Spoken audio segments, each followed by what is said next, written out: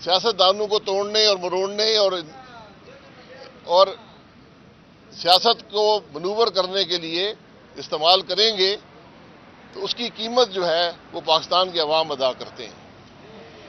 آپ نے مقدمہ بنانا ہے، مقدمہ بنائیں، عدالتوں میں چلائیں۔ یہ میرا مقدمہ 4 سال ہو گئے، آج 6 مہینے ہو گئے، بحث یہ ہو رہی ہے جی قانون کیا ہے؟ کیا اس ملک کے نیب کے پروسیکیوٹر کو قانون کا نہیں پتہ؟ کیا جج حضرات کو قانون نہیں آتا؟ آج تک یہ پتہ نہیں کہ ہمارا جرم کیا ہے۔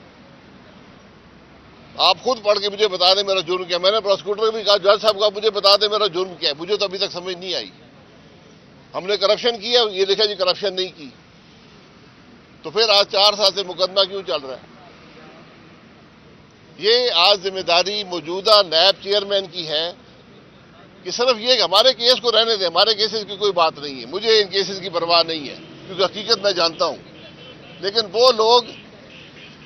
وہ غریب لوگ جو 5 سال سے جیلوں میں پڑے ہیں، جن کے مقدمے 15 سال سے چل رہے ہیں، کیا نیب کے چیئرمین کو ریلیف نہیں دے سکتے؟ چھوٹے کیسز پر جن کی سزا 3 سال سے اوپر نہیں ہے، لوگ 5-7 سال سے جیل میں بیٹھے ہیں۔ تو میری چیئرمین نیب صاحب آفتاب سلطان صاحب سے گزارش ہے کہ جناب سیاستدانوں کو آپ چھوڑیں، آپ ذرا ان کیسز کو دیکھیں جو غریب لوگ 10 15 20 سال سے کیس بھگت رہے ہیں۔ یہ انصاف کا نظام نہیں ہے۔ جج خاموش بیٹھے ہیں، عدالت عالیہ خاموش بیٹھی ہے، سپریم کورٹ صرف کامنٹ پاس کرتا ہے، ایکشن نہیں لیتا۔ یہ نیب کی حقیقت ہے جناب۔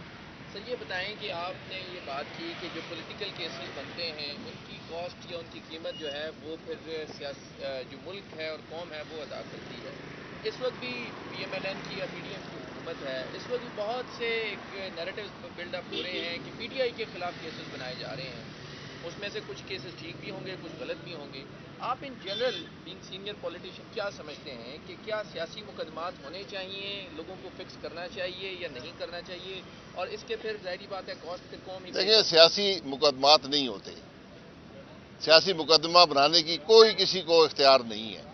اگر آپ نے قانون توڑا ہے، آپ کا مقدمہ بننا چاہیے، پھر اس کو چلنا چاہیے۔ آپ کسی کے مقدمے بنا کر جھوٹے حد تک نہیں کر سکتے۔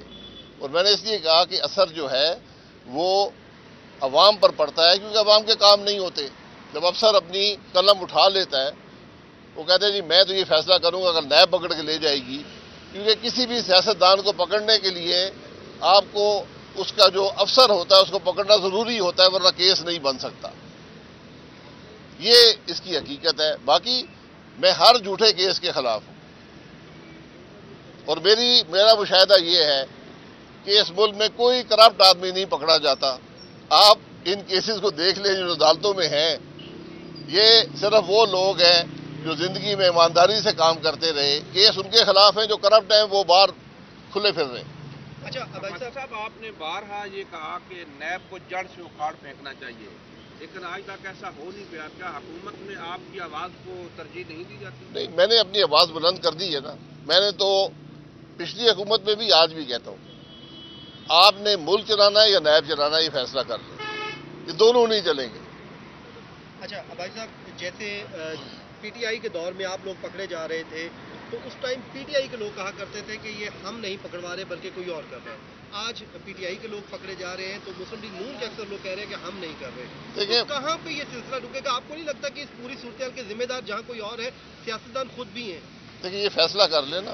عمران خان نے دعوے کیے کہ میں نے فلانے کو اندر کروایا ہے، میں نے فلانے کو اریسٹ کیا ہے، میں نے فلانے کو پکڑا ہے۔ اب ان کو یاد آیا کہ نہیں، میں نے نہیں پکڑا تھا، مجھ سے کوئی اور کروا رہا تھا، تو وہ اپنا بیانیہ درست کر لیں۔